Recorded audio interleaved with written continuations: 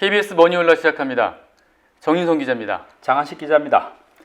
네, 오늘은 며칠 전 발표된 세법 개정안을 부동산 세제 중심으로 살펴보겠습니다. 강남대 경제세무학과 안창남 교수님 나오셨습니다. 안녕하세요. 안녕하십니까? 안녕하세요.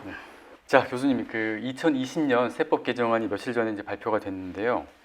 우선 소득세의 경우에 과세 표준 10억 원을 넘는 고소득자의 세율을 45%로 높이기로 했지 않습니까? 근데 이제 과세 표준 10억 원이면은 실제 소득은 한 얼마 정도로 봐야 되나요?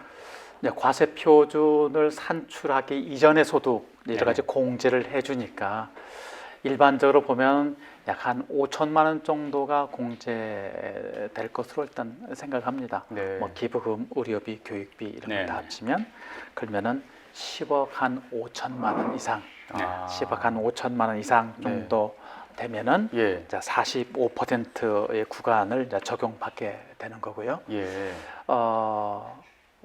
이것은 이제 국세가 45%이니까 네. 지방소득세가 국세의 10%가 추가됩니다. 예. 따라서 49.5%. 예. 그러니까 10억 원 넘게 버는 사람은 반절 정도는 이제 세금으로 네네. 환수한다. 예. 이렇게 생각하시면 될 것 같은데 네. 아마 많은 사람들이 그 전에 조항, 네. 그러니까 5억에서 10억 원 사이, 네. 또 5억 원 이상은 이제 별도로 구별이 돼 있었는데 네. 이렇게 5억 원 버는 사람하고 10억 버는 사람하고 15억, 100억 버는 사람과의 너무 차이가 없었던 겁니다. 예. 그래서 별도의 구간을 신설을 했는데 예. 이게 프랑스에 가면 네. 소리다리테라고 해서 연대세 예. 의무가 있습니다. 그러니까 소득세의 이 기본적인 목표 중에 하나가 소득 재분배입니다. 네. 그러니까 소득이 많이 있는 사람은 많이 내고 예. 조금 있는 사람은 조금 내고. 예. 그래서 하여튼 세금을 내고 난 뒤에 격차를 좀 줄여들자. 네. 또 세금을 그렇게 걷는 세금을 예. 국민 모두가 쉐어를 하자. 이게 예. 이제 소득 재분배 역할인데. 네. 그래서 이제 10억 원이 넘는 분들한테는 음. 한 3% 정도를 더 추가를 한다고 예. 해도 예. 그분들 생활에 큰 지장은 없을 것 같다. 예. 뭐 이런 생각이 있을 수가 있고 예. 큰 틀은 소득세 분배와 그 사이에 연대적인 성격이 있다. 저는 그렇게 생각을 합니다. 네. 저 같은 경우도 제가 10억 원을 벌면은 얼마 정도 세금 내도 저는 오케이 할 것 같거든요. 네. 즐겁게. 네. 예. 근데 이렇게 해서 세수 수입은 한 얼마 정도가 늘게 됩니까? 이게 지금 정확하게 지금 저희가 이게 통계를 내보지는 않았습니다만은 네. 약간 지금 보면은 약 9천억 원 정도, 9천억 원 정도를 예상을 했는데 이건 네. 일단 돌려봐야 됩니다. 예. 돌려봐야 이게 정확하게 얼마 나올지 안 나올지는 저희가 분석을 한번 해봐야 될 것 같습니다. 예. 구체적인 이제 세수 정대는 그야말로 두고 봐야 되는데 결국은 이번 이제 세법 개정안의 어떤 정신이랄까 말하자면 철학 같은 게 이제 부자 증세 이런 쪽으로 방향을 잡은 게 아닌가 이런 생각에 의해서 이제 말하자면은 10억 원 이상한테 3% 포인트 높인 거를 이제 좀 주시를 하는 셈이라 보는데요. 사실 최근에 우리 국가 재정의 건전성은 조금 문제가 있는 거 아니냐, 재정 적자가 너무 빨리 늘어나는 거 아니냐 이런 부분도 생각도 들거든요. 그런 점에서 복지 지출이 늘어나니까 세금이 또 늘어나는 것은 일견 이해가 되면서도 세금을 좀 정세로 방향을 잡았다면 좀 걱정되는 부분도 있는데 국가 재정 측면에서는 네, 교수님 생각은 어떠십니까? 재정의 원칙은 아주 간단합니다. 네. 우리 가정의 경제와 비교해봐도 들어오는 범위 안에서 쓰면 되는 겁니다. 네. 예. 이게 무슨 대학교 학생이면 다 아는 거거든요. 네. 국가도 세금을 거둔 만큼 예. 쓰면 되는 겁니다. 네. 예. 근데 이제 지금 같은 코로나 사태의 본다 할지라도 갑자기 재정 지출이 늘어가야 되고 예. 빈부 격차가 더 늘어가는 이런 추세가 되다 보니까 아. 이제는 이거 어떻게 할 방법이 없습니다. 네. 결국은 들어오는 금액에 어느 정도 이게 제한이 있는 거고 그렇죠. 정부가 그런 점에서 그러면은 여력이 있는 층에 대해서는 조금 더 부담하자라는 측에서는 부자 증세라는 표현도 맞지만 네.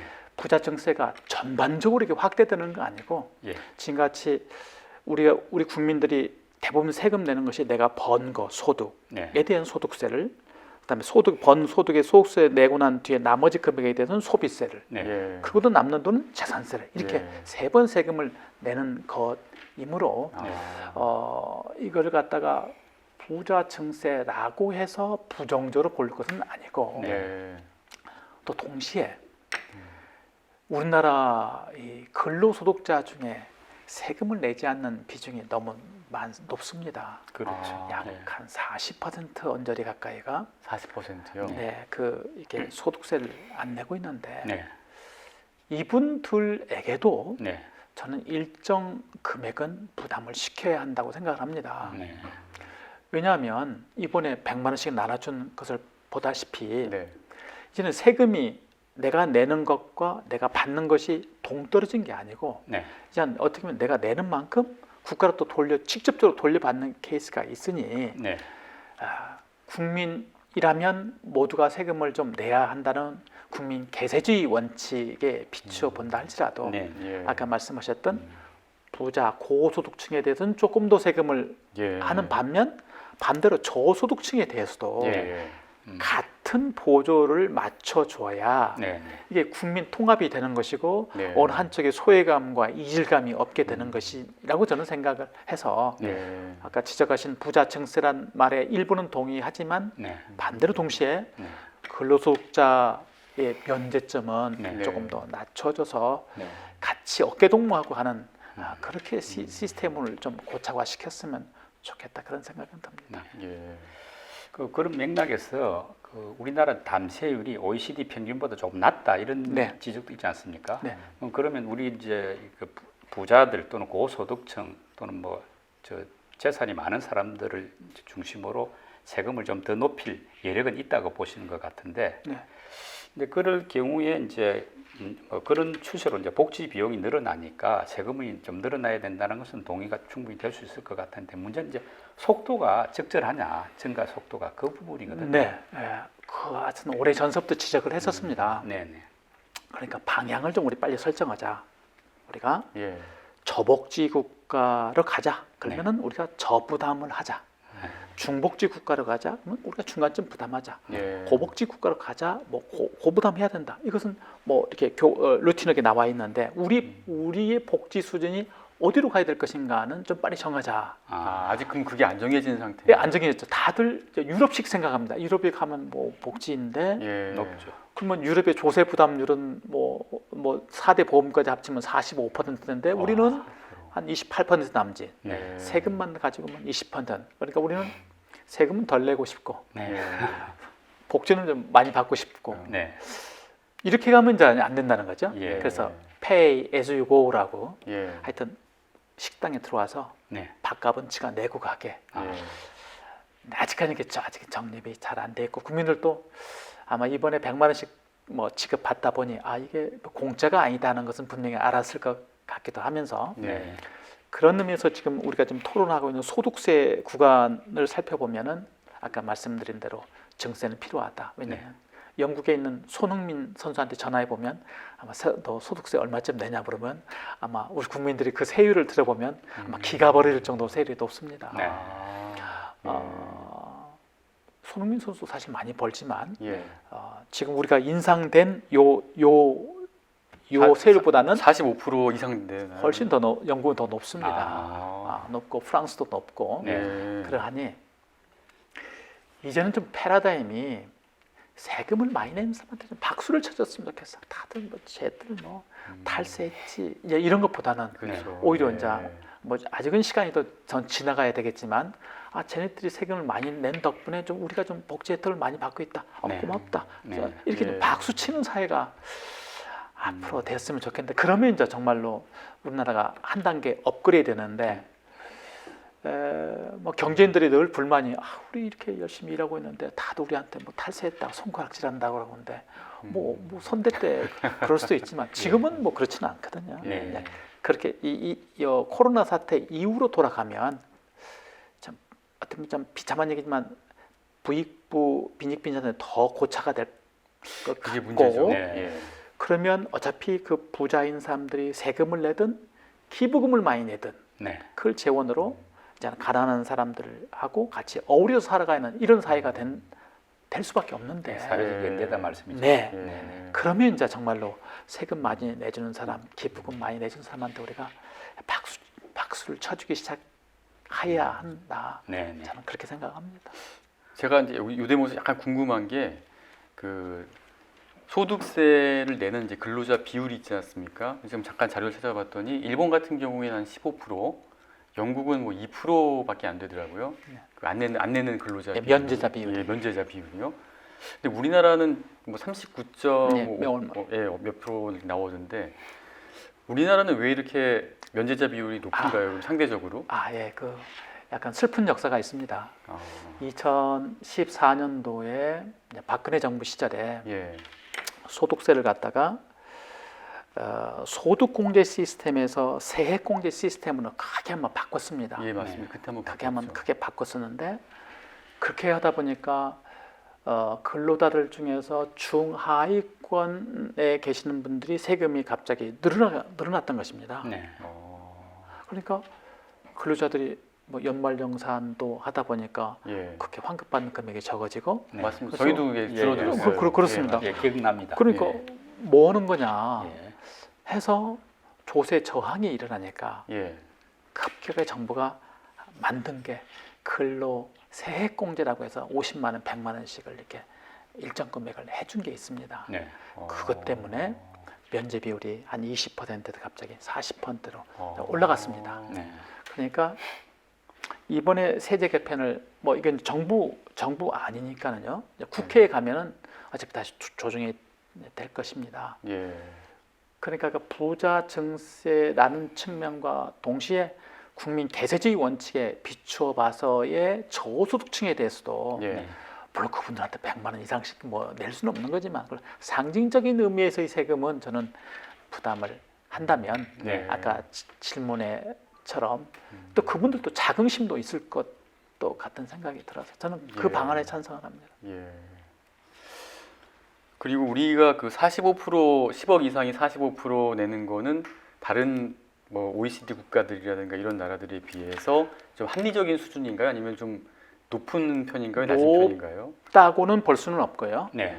유럽 우리가 뭐 늘상 우리 정책을 비교하는 나라가 미국, 유럽, 일본 이렇게 네, 이 세 가지를 예. 비교하면 그들 나라보다 우리가 결코 높지가 않습니다. 네.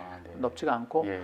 또 상대적으로 우리가 비과세라든지 분리과세라든지 뭐 이런 것들이 많이 있어서 네. 또 실제로는 그렇게 저는 뭐 종전보다는 높아졌지만 네. 그리 높지 않다. 상대적으로 유럽이나 미국보다 높지는 않다. 예. 금융소득에 대한 세금 이야기 한번 네, 네, 나눠봤으면 네. 좋겠는데요. 네. 이번에 이제 이른바 주식 양도세, 네. 주식 등 금융 투자 양도 차익에 대한 세금. 네. 이제 뭐 비과세 영역을 이제 당초에 2천만 원을 하려고 했다가 네. 또 약 반발도 있고 하니까 5천만 원으로 일단 상향 조정했지 않습니까?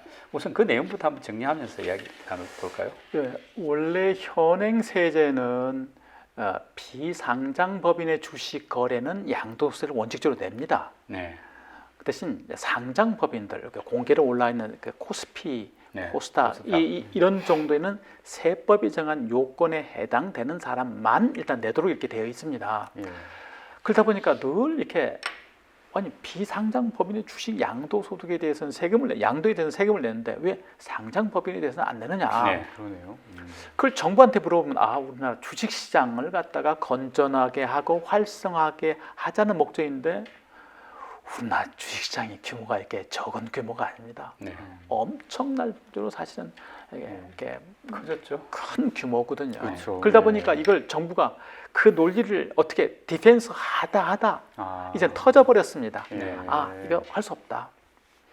어차피 이것은 한번 손을 봐야 된다. 즉 네.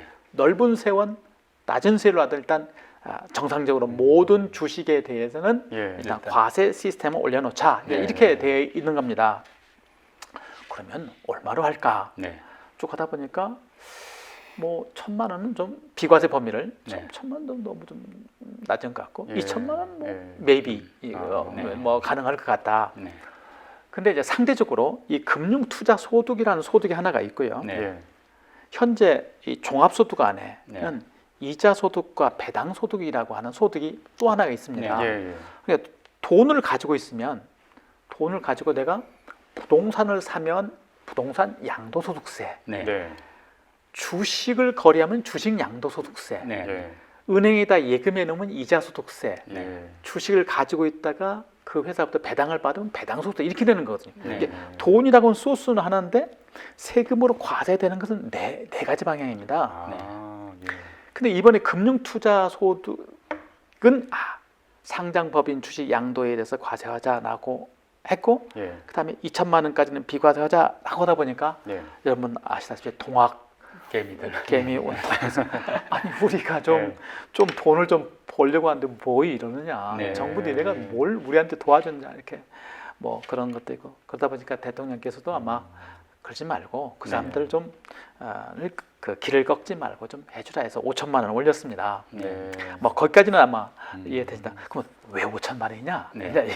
이게 그러니까요. 5천만 원 정도의 그 주식 양도 소득이 있으려면 굉장한 많은 사실은 돈이 필요합니다. 그렇죠. 그러니까 소득세를 상당 부분 낼 정도의 어떤 그런 재력이 있어야만 예. 가능한 점은 분명합니다. 예. 물론 사실은 은행에서 돈 빌려다가 이렇게 하기도 하는 것도 예. 있지만 어쨌든 그런 것은 나름 합리적일 수도 있습니다. 네. 예. 금액이 5천만 원이 합리적이다기보다는 5천만 원에 해당되는 사람이 몇 퍼센트인가를 네. 놓고 이제 보다 보면 뭐 그 정도가 합리적이지 않겠느냐라고 하는 것인데 글쎄요. 기사를 보니까 뭐 15만 명 정도가 그 5천만 원 이상 과세 대상이라고 대상이다. 그렇게 나오는데. 상식적으로 주식 양도 소득을 이 5천만 원에 닿으면 그 사람들은 1년 내내 컴퓨터 앞에 붙어 있는 사람이든 예. 정말로 요즘 같으면 핫한 종목을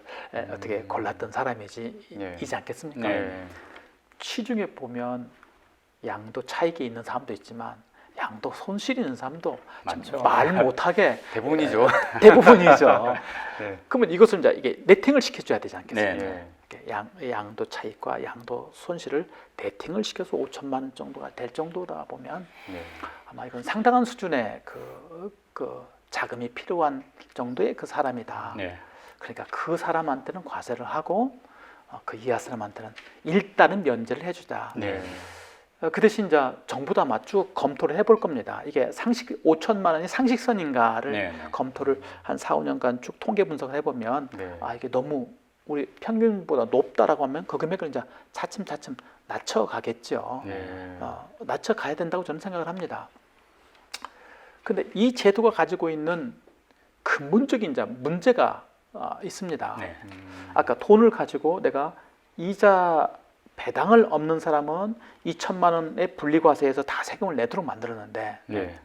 내가 주식을 한다면 5천만 원이니까 비과세 이렇게 되면 사람들이 이제는 이자 소득이나 배당 소득이 있는 사람들이 네. 이제는 주식 양도 소득 쪽으로 이렇게 이제 돌아가기 시작할 겁니다.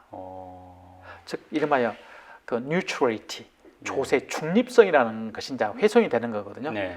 세금 때문에 주식을 롱텀으로 보유해서 배당을 받는 사람보다 예. 오히려 숏텀으로 해서 주식 양도 차이로 가는 이러한 아. 폐해들이 일단 예견될 수가 있고 네. 또 머리 좋은 그 세무 조력인 예를 들면 변호사나 이제 세무사나 회계사 분들은 이제 스킴을 짤 겁니다. 이렇게 해서 그냥 절세 전략을 짜서 예. 이쪽에 있는 사람들을 예. 이렇게 갈아타면 예. 분명히 법에 빈 공간이 많이 있거든요. 지금 아직은 네. 빈 공간을 잘 이게 살펴서 네. 그쪽으로 갈아타고 있는 뭐 그런 사람도 분명히 이제 예견이 되는데 네. 뭐 제가 볼 때는 첫째는 뭐 이 상장 법인에 대한 주식 양도에서 과세하는 것은 정말 오래된 숙제였었습니다. 네. 저희 소득세 세금을 전공하는 사람들은 늘 지적을 했던 거였고요. 네. 예. 그래서 그저 보면 이제 양성화시킨다는 차원에서는 저는 긍정적이고 네. 5천만 원에 대해서는 그게 뭐 일단 경험 측상 그 정도가 합리적이다 하지만 이건 통계를 쭉 분석을 해봐서 이제 종합소득 하시는 분들과의 이제 경중을 비교해봐서 이것은 네. 조정을 해야 되지 않을까 그렇게 생각합니다. 그러니까 정교하게 이렇게 딱 5천만 원을 만들어낸 게 아니고 일단 해본 다음에 몇 년치를 좀 축적된 자료를 검토해서 다시 또 바꿀 수도 있다는 말씀이시군요. 대통령께서 말씀하고 난 뒤 일주일 만에 바꿨으니까 네. 네. 그 일주일 동안에 무슨 정부가 아, 뭐 경제학자, 통계학자를 해서 뭐 이렇게 네. 정치하게 했다라기보다는 네. 그냥 뭐 또 정부 나름대로 통계가 있으니까요.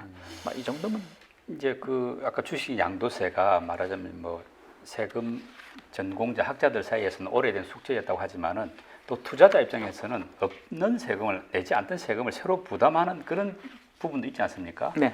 그러니까 그런 분들 입장에서는 일단 세금이라는 게 없던 게 새로 생기기가 어렵지. 네. 일단 생겨놓은 세금은 세율 조정은 쉬운 거거든요. 네. 그러니까 지금 말씀대로 5천만 원이 돼 있지만은 이게 나중에 뭐 3천만 원, 2천만 원으로 낮춰가지고 좀 강화될 게 아니냐.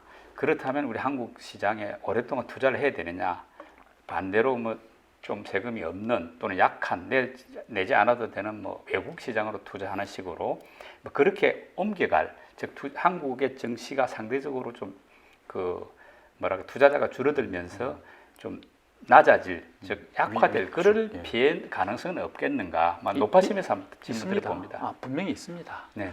그건 분명히 있는데 제가 볼 때는 과연 양도 차익과 양도 손실을 이렇게 차감을 해서 5천만 원 이상 되는 사람들이 네. 볼 때 한국 시장이 돈 벌기가 좋을까, 외국 시장이 돈을 벌기가 좋을까 예. 그건 판단을 하겠지만 네.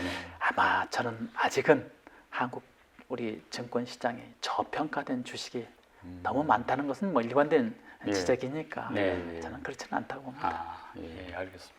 그리고 아까 그 배당 소득에도 이제 세금이 붙는다고 하셨는데 얼마 정도 붙나요? 배당 소득은 이제 일반적 우리 종합소득세 세율입니다. 아까 말씀드렸던 아, 그럼 다 같이 합산해 가지고 내가 사업소득도 있고 근로도 있고 뭐 배당도 있고 이자도 있으면 이걸 합쳐서 예. 아까 지금 이제 올라간 10억 원 초과는 45% 적용된다라고 하니 예. 45% 세율이 적용이 됩니다. 예. 그렇게 합치면 아, 예. 그래서 종합소득이라고 합니다. 이제 주식 양도세를 이제 신설하는 대신에 네. 이제 기존의 그 증권 거래세는 좀 낮춰주기로 했지 않습니까? 네. 그래가지고 뭐 내년부터 점진적으로 낮춰 나간다 이런 이제 뭐 정확하게 이제 결론 난 건 아닙니다만 방향성은 이미 나온 셈인데 그렇게 되면은 그 주식 시장이 조금 더 활성화되는 데 도움이 될지 그 세금 변경 내용하고 또 전망 한번 말씀해 주시죠. 네, 어쨌든 2023년서부터 이렇게 증권거래세를 인하를 하려고 했는데 네. 그러지 말고 2022년서부터 좀 낮추자. 뭐 그렇게 되어 있고 어쨌든 23년도부터는 코스피의 경우에는 0%가 이렇게 적용 되도록 이렇게 네. 예정은 되어 있는데 예. 저는 좀 반대입니다. 아, 왜냐하면 우리나라 주식 투자자들만 생각하면 뭐 그럴 수 있다고 생각합니다. 그러나 우리나라 주식시장에 들어와 있는 그 자본 중에서의 반절 이상은 외국 자본입니다. 네. 예. 그런데 미국 자본 예를 들면 미국 자본이 한국에 와서 주식의 양도 차익이 발생했습니다. 네. 근데 한국과 미국 간의 체결한 조세 조약에 따를 것 같으면 네. 미국의 거주자가 한국에서 주식 양도 차익이 있다라고 한다면 한국에서는 과세하지 않고 예. 미국에서만 과세하도록 이렇게 되어 있습니다. 예. 물론 우리 한국 사람이 미국 시장에 가서 하니까 뭐 상호주의니까 그럴 예. 수 있다라고 하지만 예. 그러면 사실 우리나라에 투자를 하고 있는 대부분의 외국 투자자에 대해서는 그 양도 차익에 대해서 우리가 과세거리가 없는 거예요. 아, 조세 조약에서 그렇게 정해놨기 때문에. 그것도 좀 논란이 되고 있더라고요. 예. 그런데 그나마 과세하는 것이 증권 거래세입니다. 그렇죠. 예. 거래할 때마다 세금을 내게 한다는데 반면 이제 심정적으로 동의를 하는 것은 이제 단타 거래를 그렇죠. 하시는 분들은 네. 이게 증권 거래세가 이익이 있어도 없어도 이게 너무 가시 같은 겁니다. 예.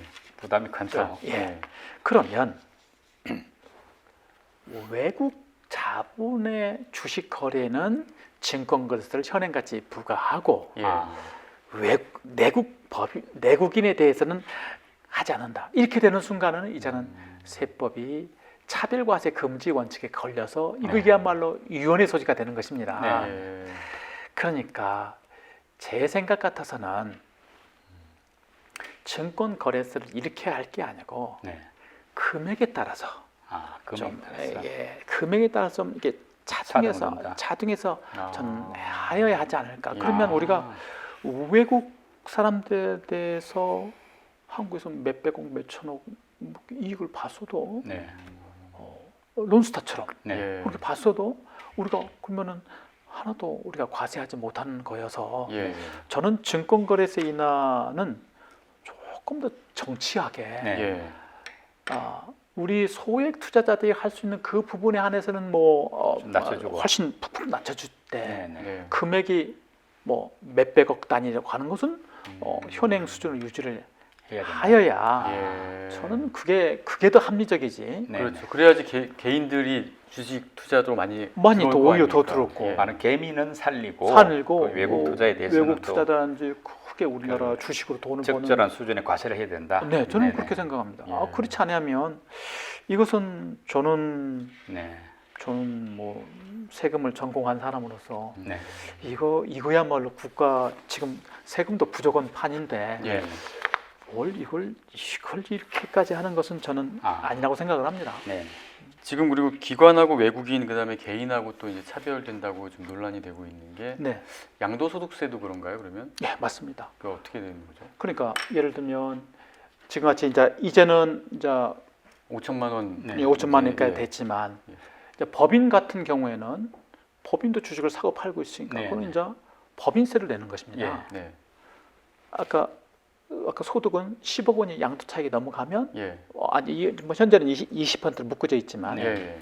그러면 다른 소득과 형평이 있는 겁니다. 아까 네. 종합소득세율은 45% 가는 그렇죠. 부과되고 네. 얘는 항상 20%이니 아. 그러면 왜 얘한테만 우대해 줄 만한 근거가 있느냐? 예. 근로자들은 뼈 빠지게 일해서 42% 50% 내는데 네. 야. 얘는 항상 20%다 이렇게 되는 예. 것도 문제라고 생각해서 네. 제가 공부했던 프랑스 같은 데는 이걸 통틀입니다. 근로자들이 얻는 소득이 근로소득하고 예. 연금소득은 예. 근로소득 카테고리를 집어넣어서 과세를 하고 예. 네. 그다음에 돈 가지고 하는 사람들이 얻는 소득은 이자, 배당, 이 주식 양도, 부동산 양도는 별도로 캐피탈 게인이라고 그래서 자본소득이라서 별도의 카테고리에서 과세를 합니다. 네. 네. 그다음에 자본소득. 사업하시는 분들은 별도 사업. 네. 이렇게 큰 카테고리별로 묶어서 하여야만 네. 그나마 형평성과 차별성 논란이 수그러들지. 아.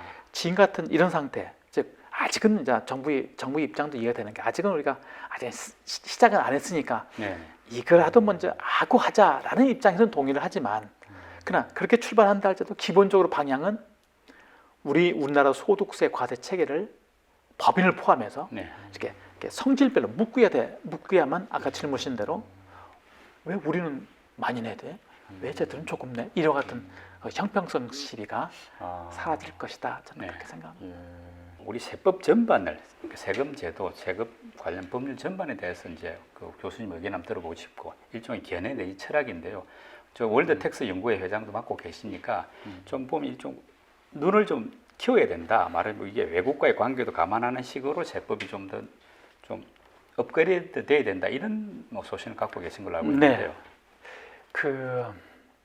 한때 우리나라가 많이 했던 시도상선, 권역사장들이 탈세했다, 뭐 한참 이런 것이 광풍이 불었던 때가 있습니다. 예. 그분들은 맨손으로 한국에 있다가 외국에 나가서 정말 돈을 많이 버신 분들인데 어느 날 갑자기 세금으로 당신 국내 거주자입니다. 그러니까 외국에서 번 돈 세금 내시오. 네. 안 냈네. 10년간 소급해서 이렇게 과세를 하기 시작하고 어떤 때는 조세범 처벌로 감옥에 가두기도 했는데 네.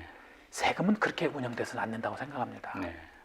세금은 국가 운영에 필요한 만큼을 분명하게 세금으로 징수를 할 수 있도록 하되 예. 세금은 소급해서 적용되는 것이 아니고 예.